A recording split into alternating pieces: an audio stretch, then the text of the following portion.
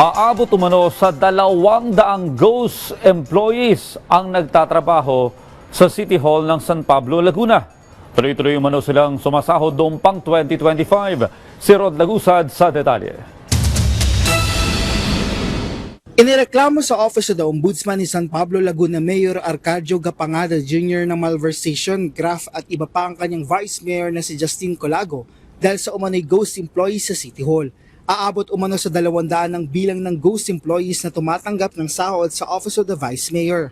Base sa kopya ng kanyang reklamo, nangyari ito mula October 1 hanggang December 31, 2025. DTR po na hindi nagtatali doon sa personal data sheet. Yung po mga evaluation ng mga empleyado na pinirmahan nila, hindi rin po sila yon.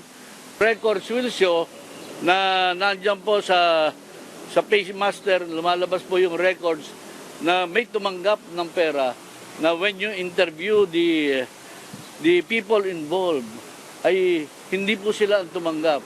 Ayon sa alkalde, handa ang mga ito na magbigay ng kanilang sinumpang salaysay. Lumalabas anya na ninakaw ang kanilang mga pagkatao. Nakakagulat po, merong nasa abroad na sumusuldong tuloy-tuloy, merong taga Bicol, nandun po sa DTR, doon po sa PDS, meron pong dalawang hindi taga roon sa amin. May tumatanggap po noon at yun po ang ididikap po natin mabuti. Pagkat siyempre po yan, this will lead and this will point to the office of the Vice Mayor. Pagkat mga tao po nila to. Dagdag ng alkalde, nasa 600 pesos ang kada araw na bayad sa pawang mga job order. Mula nang maupuan niya siya noong nakaraang taon ay kanila nang tiningnan nito, kung saan nagkaroon sila ng due diligence sa pangangalap ng katotohanan.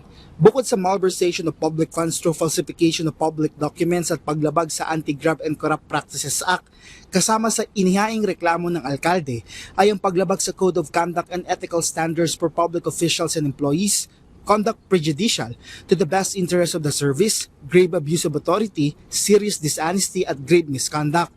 Sinubukan naman ng PTV News na kunin ang panig ng company Vice Mayor Colago, ngunit hindi pa ito tumutugon. Rod Lagusad, para sa Pambansang TV sa Bagong Pilipinas.